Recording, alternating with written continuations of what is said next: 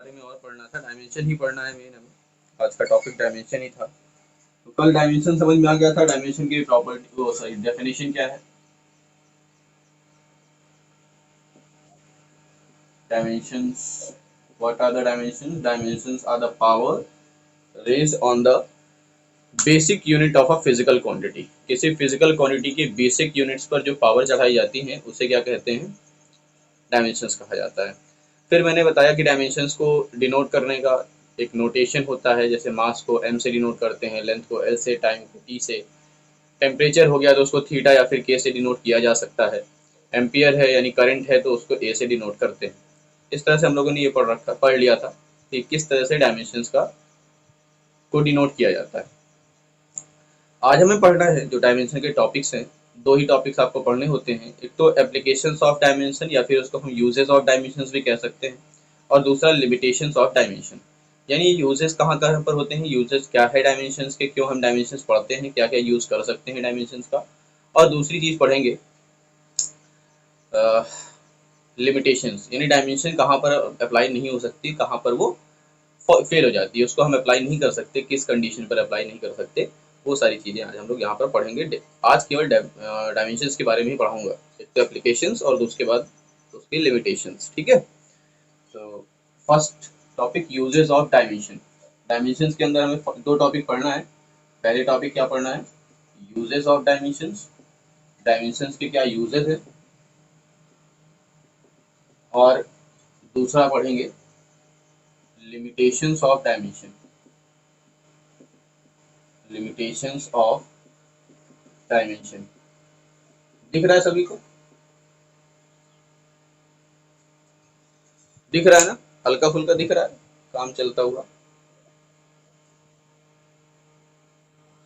तो बेटा uses of dimension की बात करते हैं। तो डायमेंशन के थ्री यूजेस हैं, तीन यूजेस हैं डायमेंशन के। यानी जो डायमेंशन हम लोग पढ़ेंगे उस डायमेंशन का यूज तीन चीजों में करेंगे। पहला हम करेंगे to check the correctness of an equation, of a physical equation. अगर कोई फिजिक्स का इक्वेशन लिखा होगा तो वो इक्वेशन सही है या नहीं सही है, या इक्वेशन गलत तो नहीं है, जो इक्वेशन लिखा है वो कहीं इक्वेशन गलत तो नहीं लिखा गया। To check the correctness of physical equation, किसी फिजिकल इक्वेशन की करेक्टनेस को चेक करेंगे कि वो करेक्ट है या करेक्ट नहीं है। दूसरी चीज क्या करेंगे? To convert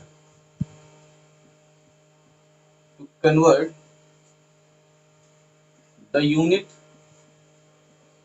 of a physical quantity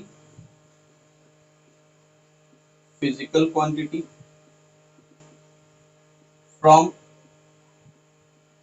one system to another system. यानी अगर किसी भी फिजिकल क्वांटिटी होगी, कोई फिजिकल क्वांटिटी होगी, उस फिजिकल क्वांटिटी की यूनिट अगर आपको एमके सिस्टम में दे दिया जाए तो आप उसको सीजीएस सिस्टम में कन्वर्ट कर सकते हो, या सीजीएस सिस्टम में दे दिया जाए तो आप उसको एमके सिस्टम में कन्वर्ट कर सकते हो with the help of dimensions. Third one, to establish the relationship between various given quantities। अगर हमें बहुत सारी क्वांटिटीज दे दी जाए और ये कहा जाए कि ये एक क्वांटिटी इन तीन क्वांटिटी पर या दो क्वांटिटी पर डिपेंड करती है, ये तीन क्वांटिटी या दो क्वांटिटी किसी सॉरी एक क्वांटिटी जो है वो दो क्वांटिटीज पर, दो फिजिकल क्वांटिटीज पर डिपेंड करती हैं, तो आप उनके बीच में रिलेशन स्टैब्लिश कर सकते हो। जैसे अगर आपसे कहा जाए कि जो किसी बॉडी का मास होता है, किसी बॉडी का मास होता है वो दो चीजों पर डिपेंड करता है, या वॉल्यूम पर और डेंसिटी पर, तो इन तीनों के बीच में रिलेशन क्या होगा? अगर हम ये कहें कि m जो है यानी मास जो है, किसी बॉडी का मास उस बॉडी की वॉल्यूम और उस बॉडी की डेंसिटी पर डिपेंड करता है। तो आप मास, वॉल्यूम और डेंसिटी के बीच में रिलेशन स्टेब्लिश कीजिए with the help of dimension. हम ये कर सकते हैं, हाँ वो फॉर्मूला बन जाएगा। एक प्रकार से हम कह रहे हैं कि वेरियस फिजिकल क्वांटिटीज के बीच में रिलेशन हमें पता है और वो हम फॉर्मूला ड्राइव करना चाह रहे हैं, तो ये तीसरा यूज हो जाएगा। मे भी समझ में आया? तीन यूजेस हैं, तीन यूजेस हैं, साफ दिख रहा होगा देखो। पहला है to check the correctness of a physical equation, किसी फिजिकल इक्वेशन की करेक्टनेस को चेक करना, ये इक्वेशन जो लिखा है वो सही है या नहीं सही है। दूसरा, कन्वर्ट करेंगे एक किसी फिजिकल क्वांटिटी की एक यूनिट को एक सिस्टम से दूसरे सिस्टम में, एमकेएस से सीजीएस में कन्वर्ट करेंगे, सीजीएस से एमकेएस में कन्वर्ट कर सकते हैं, और स्टैब्लिश रिलेशन करेंगे बिटवीन वेरियस फिजिकल क्वांटिटीज जो गिवन होंगी। ठीक है ना? अब इनका एक एक एग्जांपल ले लेते हैं, समझने में आसानी होगी कि सॉल्व कैसे करते हैं, कैसे सॉल्व हो किया जाता है। एक एक एग्जांपल जल्दी जल्दी लेकर के तीनों को समझा दिया जाता है। ठीक है, सबसे पहले समझाते हैं to check the correctness of a physical equation. किसी फिजिकल इक्वेशन की करेक्टनेस को कैसे चेक किया जाएगा with the help of dimensions. चलिए देखते हैं, रफ कर दे इसको सब ना, बोलो। स्क्रीनशॉट लेते आ करो, ठीक है? जो भी चीजें हैं बोर्ड पे लिख देता हूँ, तो उसको स्क्रीनशॉट ले लिया करो। ऐसे समझदार तो हो तुम लोग, कर लेते होगे, लेकिन तभी बताना मेरा फर्ज था।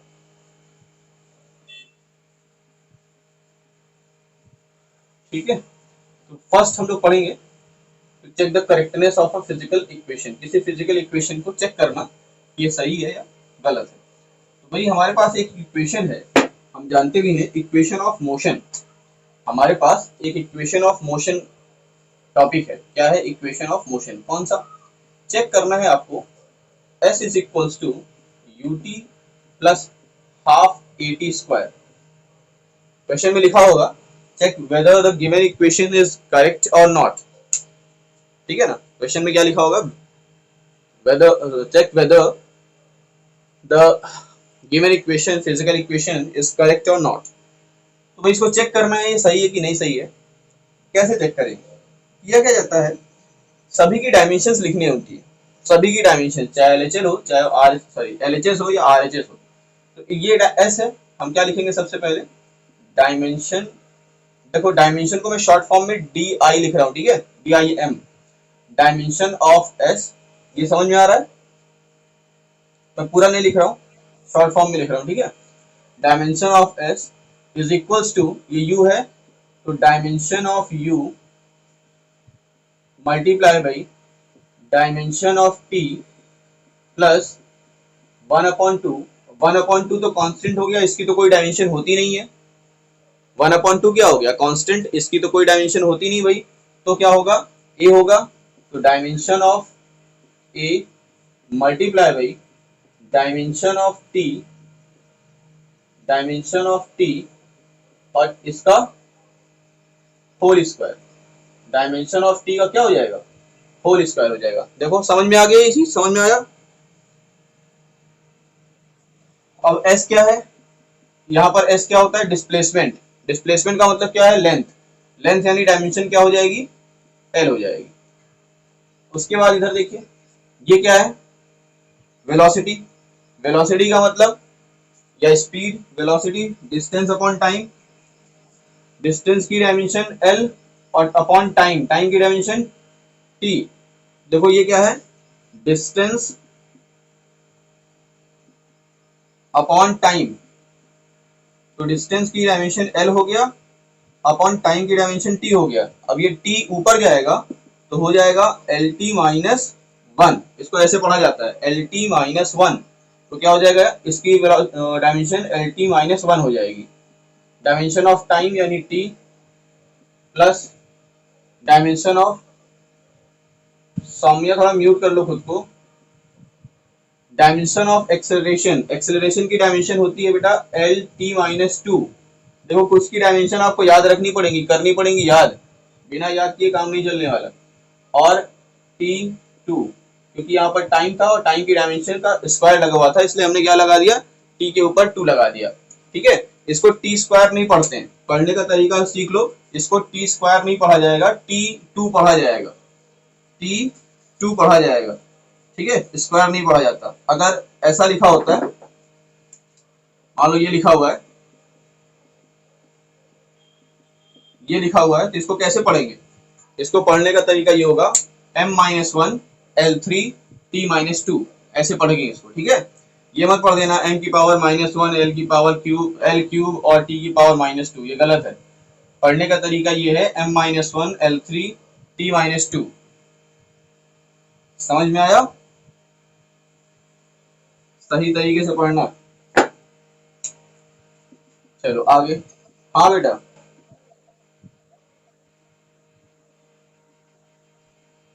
कौन सी डायमेंशन?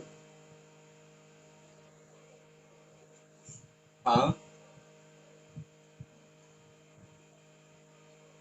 हाँ हाँ, ऐसे लिखेंगे देखो, एल t-1 है, यहाँ पर t है, तो ये t हट जाएगा। देखो भाई, ये t⁻⁻1 है, ये t⁻1 है, दोनों को अगर क्योंकि मल्टीप्लाई है तो पावर ऐड होंगी, पावर ऐड होंगी तो क्या हो जाएगा, यहाँ पर दोनों है ना, देखो यहाँ पर t⁻−1 है और यहाँ पर t की पावर क्या है, 1 है, तो t⁻−1 प्लस 1 होगा, कैंसिल होकर के 0 हो जाएगा, t की पावर 0, इसकी वैल्यू क्या होती है, 1 होती है, तो इसलिए हमने इसको लिखा ही नहीं। समझ में आया?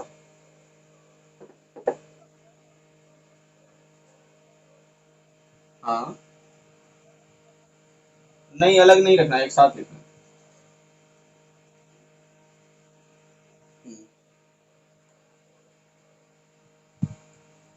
नहीं नहीं, एक साथ लिखो, एक साथ लिखा करो, लास्ट में एट लास्ट जब लिखा करो तो एक साथ लिखा करो। हाँ हाँ, वो ठीक है, वो समझ रहा हूँ, बाद में भी देखते हैं उसको, तो सूर्य भी बता देंगे। ये L⁻² है, यहाँ पर L2 है, इन दोनों को भी ऐड करेंगे, t की पावर 0 हो जाएगी, इट मीन्स क्या बचा, L बचा। अब एक चीज याद रख लो कि डायमेंशंस कभी भी जुड़ती नहीं है, मतलब L प्लस L 2L नहीं होगा। हाँ, मल्टीप्लाई हो सकती है, L स्क्वायर हो सकता है, L की पावर 2, सॉरी L2 हो सकता है, बट ये दोनों कभी भी ऐड नहीं होंगे। समझ में आया? ऐसा क्यों? देखो एग्जांपल ले लेते हैं, समझा लेते, पहले इसको लिख लें। एल प्लस एल करेंगे तो क्या आएगा, सेम डायमेंशन होंगी, प्लस होकर के एल आ जाएगा। ठीक है, तो देखो इस साइड भी एल है, इस साइड भी एल है, दोनों साइड एलएचएस और आरएचएस बराबर आ गया, मतलब ये इक्वेशन सही है। ठीक है ना, समझ में आया ये चीज? अब तुम्हारे क्वेश्चन का आंसर मैं देता हूँ, इसको अगर स्क्रीनशॉट ले लो जल्दी से।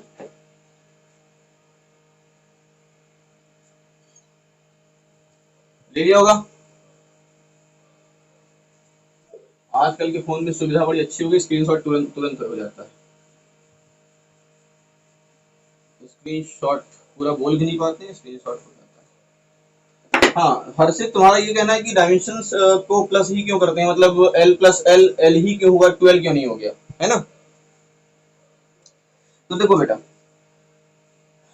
हमने क्या किया, एक रॉड ले ली, ठीक है, उस रॉड की लेंथ हमने मेजर कर ली, या आप कह सकते हो दो रॉड्स हमारे पास अलग अलग रॉड्स हैं, अलग अलग रॉड्स ना लेकर के मैं एग्जांपल ले लेता हूँ। देखो ये एक मार्कर है और ये दूसरा मार्कर है, पहले मार्कर की लेंथ कुछ होगी, दूसरे मार्कर की भी लेंथ कुछ ना कुछ होगी। अगर मैं इन दोनों को ऐड कर दूं, इन दोनों को ऐड कर दूं तो इनकी लेंथ बढ़ गई ना। अब बात करते हैं, देखो डायमेंशन पर आते हैं। अब देखो पहले वाले मार्कर की लेंथ मान लो 15 सेंटीमीटर है,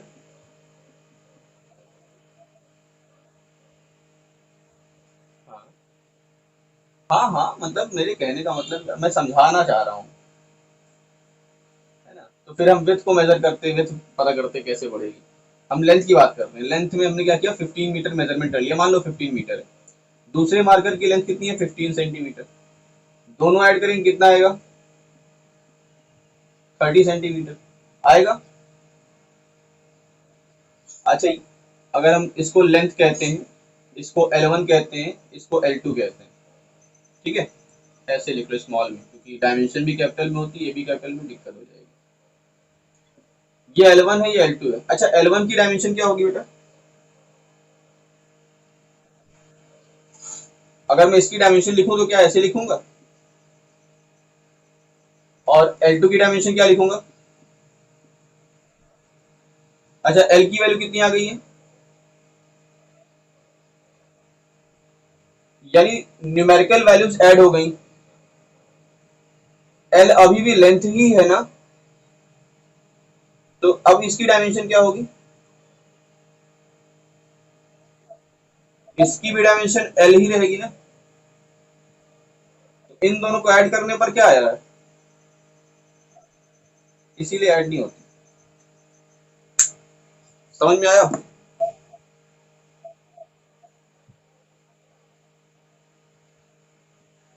तो इसीलिए तो मैंने कहा सेम अगर डायमेंशन है और प्लस में लिखा हुआ है तो हमेशा उसको प्लस ही करते हैं।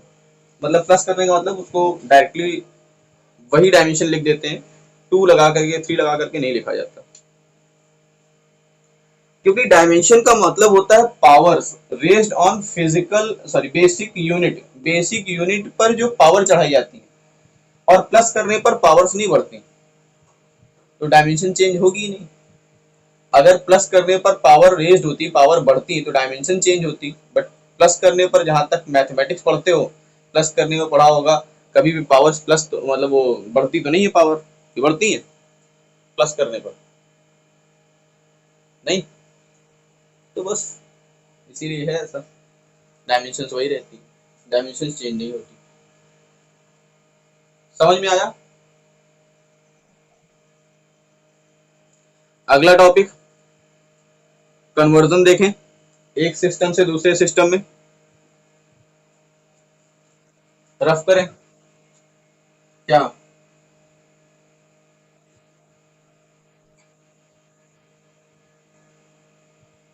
अरे बेटा एक फॉर्मूला है, एक मेथड है पूरा, देखो पहले समझने की कोशिश करो। हाँ अब समझ में आया। चलो देखो अभी समझाते हैं इसको कैसे किया जाता है। ये मेथड है कन्वर्ट करने वाला, second method, second to convert the unit of physical quantity from one system to another system. एक फिजिकल क्वांटिटी की यूनिट को एक सिस्टम से दूसरे सिस्टम में कन्वर्ट कैसे करेंगे। एग्जांपल है, हम एग्जांपल ले लेते हैं। Convert 10 newton into dyne. 10 newton को डाइन में कन्वर्ट कीजिए, 10 न्यूटन को डाइन में कन्वर्ट कीजिए। तो देखो कन्वर्ट करने से पहले कुछ बेसिक नॉलेज हो जाए। अगर मान लो आपने मार्कर की लेंथ, जैसे हमने एक्सपेरिमेंट लिया था, तो मार्कर की लेंथ जब आपने मेजर किया तो आपने क्या क्या लिखा? मैंने क्या कहा था, मार्कर की लेंथ कितनी है? हाँ गुड। दो चीजें आती हैं जब भी हम किसी भी चीज को मेजरमेंट करते हैं, तो मेजरमेंट करने के बाद हमारे पास दो चीजें मिलती है, एक तो मैग्नीट्यूड और दूसरी मिलती है यूनिट। बिल्कुल सही बात है, मैग्नीट्यूड और यूनिट। अगर मैं यहां पर 15 मीटर लिखूं तो क्या 15 मीटर को हम लिख सकते हैं 1500 सेंटीमीटर? मतलब एक सिस्टम, एक यूनिट से, एक सिस्टम से दूसरे सिस्टम पर जब जाते हैं, जब हम एमकेएस से सीजीएस में गए तो न्यूमेरिकल वैल्यू चेंज हो गई। जो मैग्नीट्यूड है, मैग्नीट्यूड की जो न्यूमेरिकल वैल्यू है वो चेंज हो गई। यानी न्यूमेरिकल वैल्यू को हम पहला n1 लिख सकते हैं, फर्स्ट यूनिट को हम क्या लिख सकते हैं, u1 बराबर होना चाहिए n2 u2 के। ये समझ में आया कि नहीं? n1 u1 equals to n2 u2, ये तो समझ में आ गया होगा। हमें इसी का यूज करना है, इसी फॉर्मूले का यूज करना है और कन्वर्ट करना सीखना है, इसका यूज करना है। ये ध्यान रखना कि हमने ये क्यों लिखा है n1 u1 is equal to n2 u2। अगर हमें यहां से n2 फाइंड करना हो तो n2 इज इक्वल टू आएगा n1 u1 अपॉन u2। बोलिए, हम इसको ऐसे लिख सकते हैं, n1 ऐसे लिख लें और u1 अपॉन u2 ऐसे लिख लें, लिख सकते हैं। तो हम इसका यूज करने वाले, इसका यूज करने वाले। अच्छा ये बताओ, अगर एक फिजिकल क्वांटिटी के सिस्टम चेंज हो जाए, एक फिजिकल क्वांटिटी की सिस्टम चेंज हो जाए तो क्या उसकी डायमेंशंस चेंज हो जाएंगी? डायमेंशंस नहीं चेंज होंगी। तो हमें डायमेंशन का ध्यान रखना है कि डायमेंशंस चेंज नहीं होंगी। मतलब n2 इज इक्वल टू हो सकता है n1। अगर मास होगा तो पहली यूनिट का मास डिवाइडेड बाय दूसरी यूनिट का मास, और इसकी कुछ ना कुछ पावर होगी, मान लेते हैं पावर होगी a। अगर उसमें L भी मौजूद है तो L1 upon L2 to the power b लिख सकते हैं, और T1 upon T2 to the power c लिख सकते हैं। ये समझ में आया ये क्यों लिखा हमने? ये यहां से लिखा है, देखो U1 अपॉन U2 से आया है। U1 का मतलब पहली यूनिट और U2 का मतलब दूसरी यूनिट। तो पहला सिस्टम दूसरा सिस्टम, पहले सिस्टम में लेंथ दूसरे सिस्टम में लेंथ, पहले सिस्टम में टाइम और दूसरे सिस्टम में टाइम। क्लियर है? इस फॉर्मूले का यूज हम करेंगे, इस फॉर्मूले से हम कन्वर्जन करना सीखेंगे। ये जो लास्ट में फॉर्मूला लिखा हुआ है n2 is equal to n1 m1 upon m2 की पावर a है, L1 upon L2 to the power b and T1 upon T2 to the power c। इसका यूज करेंगे और हम कन्वर्जन सीखेंगे। रफ करें इसको। ध्यान रखना ये क्यों लिखा गया, कैसे लिखा गया, ये समझ लेना, याद कर लेना, इसको देख लेना अच्छे से। रफ कर रहे हैं, ठीक है? तो चलो देखो अब कैसे सॉल्व करते हैं। हमारे पास क्या दिया हुआ है, कन्वर्ट करना है किसको, 10 न्यूटन को कन्वर्ट करना है डाइन में। ठीक है, 10 न्यूटन को डाइन में कन्वर्ट करना है।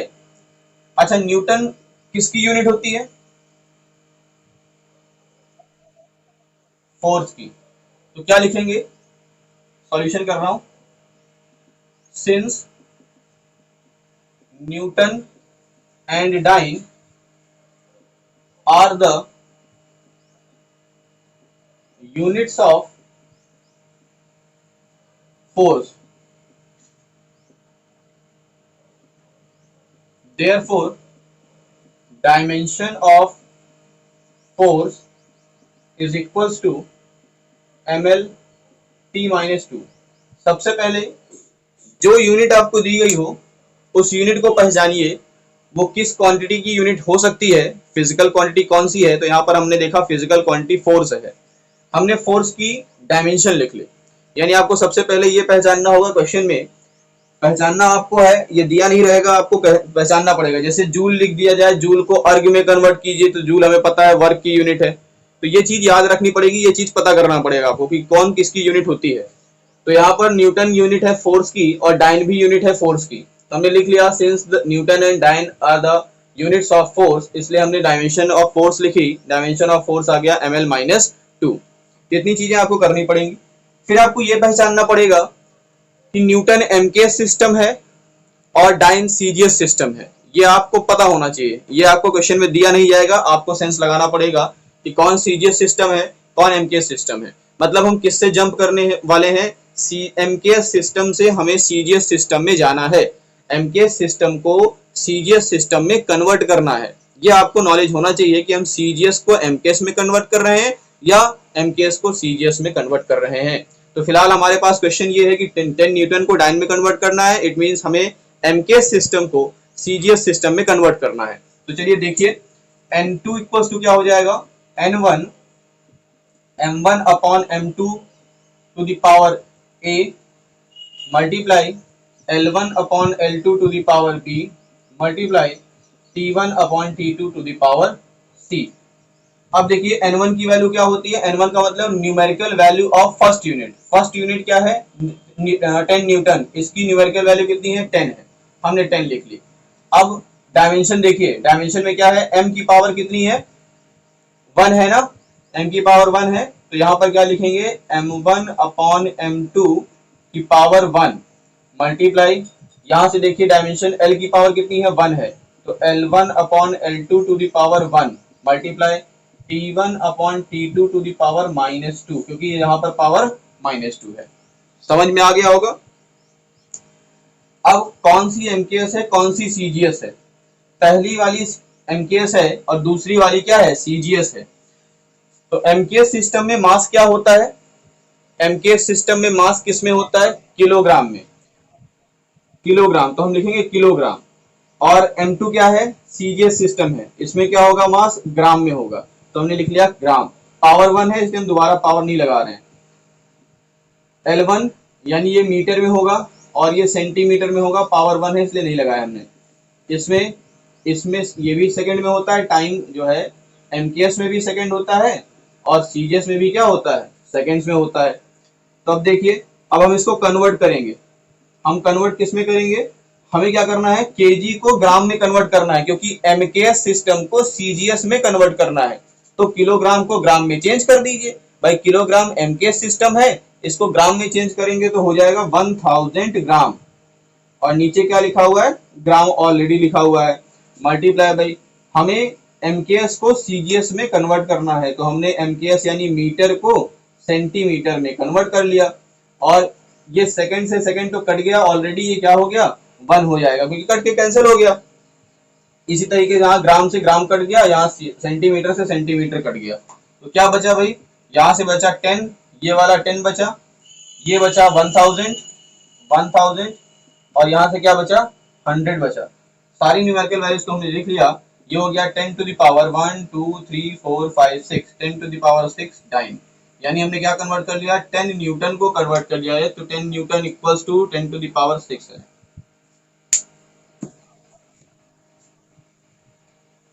हाँ हाँ, यही तो मैंने कहा, ये चीज आपको पता होना चाहिए। मतलब न्यूटन एमकेएस सिस्टम है या सीजीएस सिस्टम में है, डाइन एमकेएस सिस्टम में है या सीजीएस सिस्टम में है, ये आपको नॉलेज होना चाहिए। सारी चीजें अगर नहीं पता होंगी तो फिर नहीं कर पाओगे। सिंपल सी बात है, इसको याद करना पड़ेगा। हाँ, एमकेएस से सीजीएस में, सीजीएस से एमकेएस में अधिकतर जो क्वेश्चन पूछे जाते हैं वो एमकेएस से सीजीएस में कन्वर्ट कराए जाते हैं और सीजीएस से एमकेएस में कन्वर्ट कराए जाते हैं। मैक्सिमम क्वेश्चंस ऐसे ही होते हैं।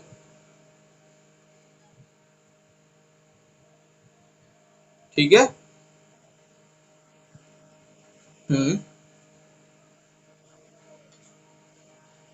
देखो, फिर अगर सीजीएस से एमकेएस में जाना होगा, हाँ मैं बता रहा हूँ, देखो मान लो सीजीएस से एमकेएस में जाना है, तो यहाँ पर ग्राम लिखेंगे, यहाँ पर केजी लिखेंगे। ठीक है, यहाँ पर ग्राम, यहाँ पर केजी, फिर यहाँ सेंटीमीटर, यहाँ मीटर। फिर क्या करेंगे? ग्राम को किलोग्राम में चेंज करेंगे। ग्राम को किलोग्राम में चेंज करने के लिए 10 टू द पावर -3 लिखा जाता है, तो ग्राम को लिखेंगे 10 टू द पावर -3 केजी। फिर केजी से केजी कैंसिल होगा, केजी को गायब कर देंगे, वो ग्राम में कन्वर्ट हो जाएगा। समझ में आया कुछ?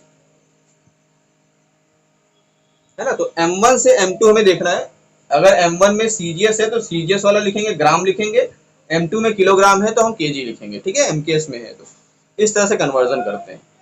क्वेश्चन समझ में आ गया होगा, एग्जाम्पल समझ में आया होगा। क्लास ओवर करें।